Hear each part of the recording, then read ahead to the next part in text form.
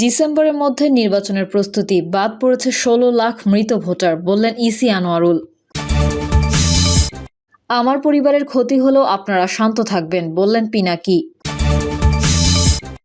জানাবো জুলাই আগস্টে লেডি হিটলারের নৃশংস গণহত্যা, হাসিনার বুলেটে শহীদ ১৫৮১। এবং সর্বশেষ জানাবো operation devil hunt, Bagerhat Awami লীগের ৩১ নেতাকর্মী গ্রেফতার। এতক্ষণ শুনছিলেন সংবাদ শিরোনাম, এবারে বিস্তারিত। তবে তার আগে অনুরোধ থাকবে আমাদের চ্যানেলটি সাবস্ক্রাইব করে বেল আইকনটি ক্লিক করুন। ডিসেম্বরের মধ্যে নির্বাচনের প্রস্তুতি, বাদ পড়েছে ১৫ লাখ মৃত ভোটার, বললেন ইসি আনোয়ারুল। নির্বাচন কমিশনার মোহাম্মদ আনোয়ারুল ইসলাম সরকার বলেছেন, ডিসেম্বরের মধ্যে যাতে জাতীয় নির্বাচন হয় সেই লক্ষ্যেই প্রস্তুতি নিচ্ছে নির্বাচন কমিশন। কমিশনের কাছে ভালো নির্বাচন না করার কোনো বিকল্প নেই। এবার প্রথমবারের মতো ভোটার তালিকা থেকে বাদ পড়েছেন প্রায় ১৬ লাখ মৃত ভোটার। তিনি বলেন, বাড়ি বাড়ি গিয়ে হালনাগাদ ভোটার তালিকা করার সুবাদে এবার প্রথমবারের মতো ভোটার তালিকা থেকে বাদ পড়েছেন প্রায় ১৬ লাখ মৃত ভোটার। এতে কারো কারচুপি করার সুযোগ থাকবে না। নির্বাচন কমিশন এরই মধ্যে পর্যালোচনা করেছে জানিয়ে তিনি আরও বলেন, আমাদের ভালো একটা নির্বাচন এবং অতীতের গ্লানি মুছে ফেলতে কি কি করণীয় প্রয়োজন তা আমরা এক্সারসাইজ করে রেখেছি। সংস্কার প্রতিবেদন অনুযায়ী আমরা সিদ্ধান্ত গ্রহণ করব এবং তা অনুযায়ী কাজ করব। আমার পরিবারের ক্ষতি হলেও আপনারা শান্ত থাকবেন, বললেন পিনাকি। অনলাইন অ্যাক্টিভিস্ট ও ব্লগার পিনাকি ভট্টাচার্য তার অফিসিয়াল ফেসবুক পেজে দেশবাসীর উদ্দেশ্যে একটি পোস্ট দিয়েছেন। সোমবার সন্ধ্যায় নিজের ভেরিফাইড ফেসবুক পেজের ওই পোস্টে দেশবাসীর উদ্দেশ্যে তিনি লিখেছেন, প্রিয় দেশবাসী, বাকশালীরা আমার পরিবারের সদস্যদের ব্যক্তিগত তথ্য প্রকাশ করে দৃশ্যত আমার পরিবারের উপরে চাপ সৃষ্টি করার এবং আমার বগুড়ার বাড়িতে হামলা করে বাংলাদেশে একটা অরাজকতার অবস্থা সৃষ্টির পায়তারা করছে। আমার পরিবার আমার প্রিয়, কিন্তু দেশের মানুষ প্রিয়তর। আমার পরিবারের কোনো ক্ষতি হলেও আপনারা শান্ত থাকবেন। আমরা সভ্য দুনিয়ার নিয়মে বাকশালীদের সাথে ডিল করব। শান্ত থাকবেন এবং আমার পরিবারের নিরাপত্তার জন্য দোয়া করবেন। ইনকিলাব জিন্দাবাদ। এরপর অন্য একটি পোস্টে তিনি লিখেছেন, আওয়ামী ফ্যাসিবাদের দোসরদের নিয়ে ওয়েবসাইটের প্রাথমিক কাজের স্ক্রিনশট দেওয়ার অনেকে বলেছেন কিছু ফ্যাসিবাদ বিরোধীরও নাম এসেছে, এমনকি আজিজুল হক কলেজের একজন নাম এসেছে। জুলাই আগস্টে লেডি হিটলারের নৃশংস গণহত্যা, হাসিনার বুলেটের শহীদ ১৫৮১। ২০২৪ সালের জুলাই থেকে ৫ই আগস্ট পর্যন্ত ফ্যাসিস্ট শেখ হাসিনার নির্দেশে আইনশৃঙ্খলা বাহিনী ও তার নেতাকর্মীদের বুলেটে ১৫৮১ জন শহীদ হয়েছেন। এর মধ্যে উল্লেখযোগ্য সংখ্যক ছিল শিশু।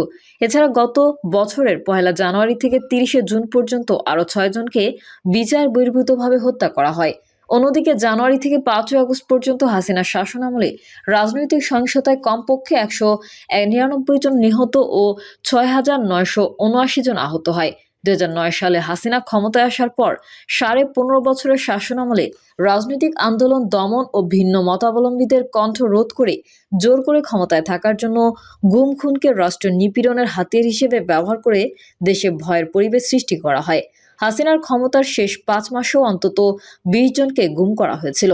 মানবাধিকার সংগঠন অধিকারের ২০২৪ সালের বার্ষিক প্রতিবেদনে উঠে আসে এসব তথ্য।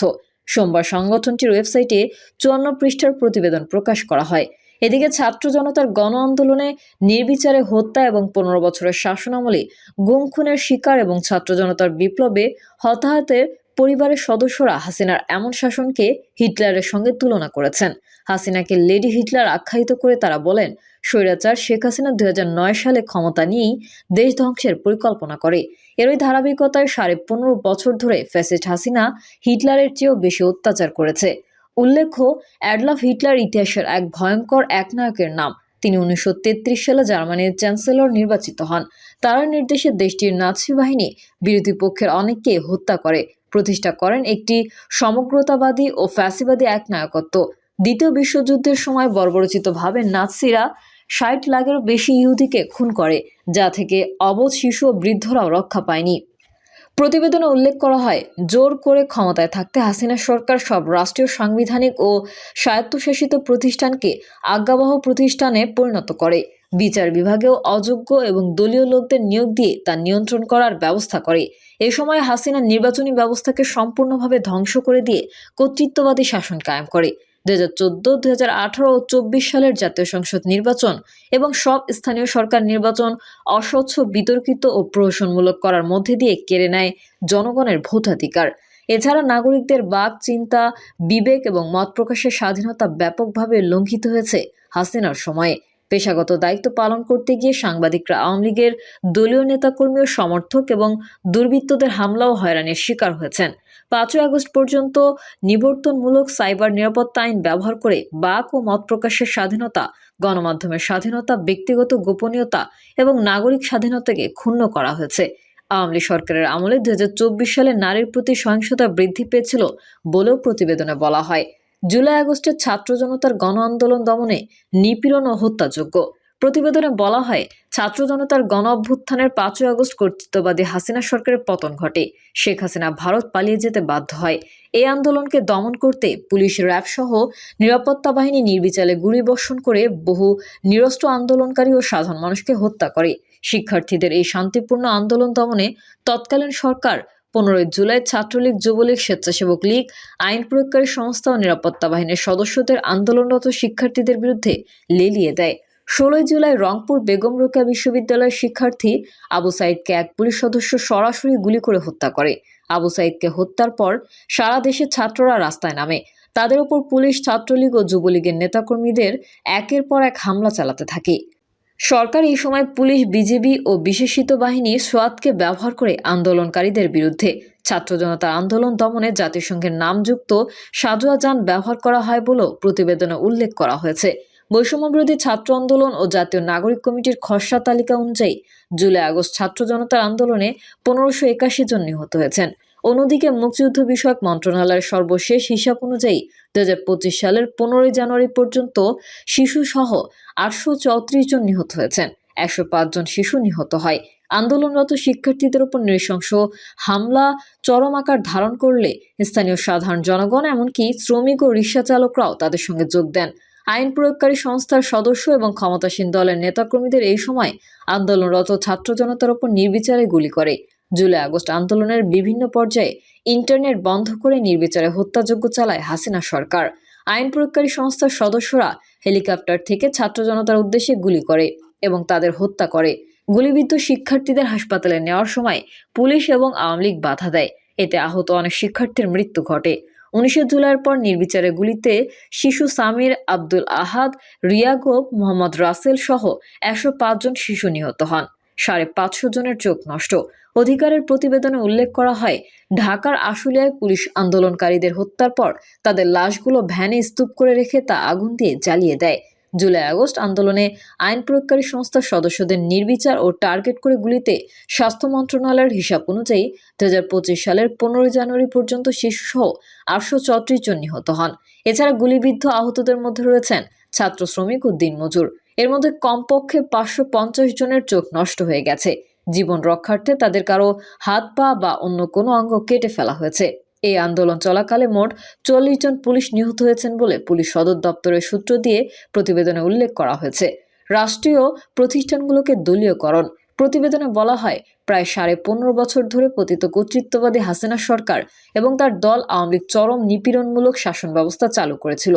এই সময় নির্বাচন কমিশন, দুর্নীতি দমন কমিশন এবং জাতীয় মানবাধিকার কমিশন সহ রাষ্ট্রীয়, সাংবিধানিক ও স্বায়ত্তশাসিত প্রতিষ্ঠানগুলো সরকারের রাজনৈতিক পরিকল্পনা বাস্তবায়নে ব্যবহৃত হয়েছে। এমনকি বিচার বিভাগও অযোগ্য এবং দলীয় লোকদের নিয়োগ দিয়ে তা নিয়ন্ত্রণ করা হয়েছিল। একদলীয় প্রহসনমূলক নির্বাচন। পতিত হাসিনা সরকার নির্বাচনী ব্যবস্থাকে সম্পূর্ণ ধ্বংস করে দেয়, যা ছিল সংবিধান ও আন্তর্জাতিক আইনের পরিপন্থী। 2014, 18 ও 24 সালের জাতীয় সংসদ নির্বাচন এবং সব স্থানীয় সরকার নির্বাচন অস্বচ্ছ, বিতর্কিত ও প্রহসনমূলক করার মধ্যে দিয়ে জনগণের ভোটাধিকার কেড়ে নেওয়া হয়েছিল। এই অপকর্মে সরকারের তৎকালীন নির্বাচন কমিশনগুলো অংশীদার হয়েছিল বলেও প্রতিবেদনে বলা হয়। এছাড়া একতরফা ও প্রহসনমূলক নির্বাচন করতে গিয়ে বিএনপি, জামাত সহ বিরোধী দলগুলোর নেতাকর্মীদের ওপর ব্যাপক হামলা, মামলা ও নির্যাতন চালানো হয়। দুর্নীতির ব্যাপকতা।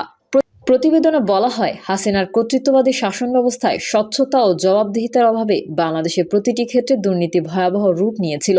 হাসিনা, তার বোন শেখ রেহানা ও তাদের পরিবারের সদস্য, তার সরকারের মন্ত্রী, এমপি ও আওয়ামী লীগের কেন্দ্রীয় নেতা থেকে শুরু করে তৃণমূল পর্যায়ের নেতাকর্মী, সরকার সমর্থক, সরকারি কর্মকর্তা, ব্যবসায়ী, বুদ্ধিজীবী ও সাংবাদিকরা ব্যাপক দুর্নীতির মাধ্যমে বিপুল অর্থ অবৈধভাবে লুটপাট করে ও বিদেশে পাচার করেছে। বিরোধী দলের ওপর দমন-পীড়ন। ৫ই আগস্ট পর্যন্ত বিরোধী দলের নেতাকর্মী, ভিন্ন মতাবলম্বী ও ছাত্র জনতার ওপর ব্যাপক দমন-পীড়ন চালিয়েছে কর্তৃত্ববাদী হাসিনা সরকার। প্রতিটি প্রহসনমূলক নির্বাচন কেন্দ্র করে হাসিনা সরকারের বিরোধী দলের নেতাকর্মীদের বিরুদ্ধে মিথ্যা মামলা দায়ের করে এবং হাজার হাজার নেতাকর্মীকে গণগ্রেফতার করে। এতে তারা আন্দোলনে অংশগ্রহণ করতে না পারেন। এই সময়ে পুলিশ নির্যাতন করে বিএনপি নেতাকর্মীদের হত্যা করেছে বলে অভিযোগ করেছে অধিকার। পুলিশের পাশাপাশি ক্ষমতাসীন দলের নেতাকর্মীরা বিরোধী দলের নেতাকর্মীদের উপর হামলা চালিয়েছে। ৭ই জানুয়ারি প্রহসনমূলক নির্বাচনের আগে বিরোধী দলের ১,৮০০ নেতাকর্মীকে কারাদণ্ড দেওয়া হয়। ভারতের আগ্রাসী নীতি। প্রতিবেদনে বলা হয়, বাংলাদেশের ভারতীয় শাসক গোষ্ঠীর আগ্রাসন কর্তৃত্ববাদী হাসিনা সরকারের আমলে ব্যাপক আকার ধারণ করেছিল। ভারতীয় শাসক গোষ্ঠী বাংলাদেশের ওপর প্রভাব বিস্তার করতে ১৪, ১৮ এবং ২৪ সালের অস্বচ্ছ ও বিতর্কিত জাতীয় সংসদ নির্বাচনে তৎকালীন সরকারকে ব্যাপকভাবে সমর্থন দেয়। ফলে বাংলাদেশের নির্বাচনী ব্যবস্থা ভেঙে পড়া সহ দেশে যে কর্তৃত্ববাদী শাসন ব্যবস্থা প্রতিষ্ঠিত হয় এবং ব্যাপক মানবাধিকার লঙ্ঘিত হয়, তার জন্য ভারতীয় শাসক গোষ্ঠীও অনেকাংশে দায়ী বলে এতে দাবি করা হয়। হাসিনা সরকার বাংলাদেশের স্বার্থবিরোধী বহু গোপন চুক্তি সম্পাদন করে দিল্লির সঙ্গে বলেও প্রতিবেদনে উঠে আসে। প্রিয় দর্শক, এই ছিল এখনকার সর্বশেষ সংবাদ। আপডেট ও সংবাদ পেতে চ্যানেলটি সাবস্ক্রাইব করে বেল আইকনটি ক্লিক করুন। কমেন্টে আপনার মতামত জানিয়ে আমাদের সাথেই থাকুন। ধন্যবাদ সবাইকে। আল্লাহ হাফেজ।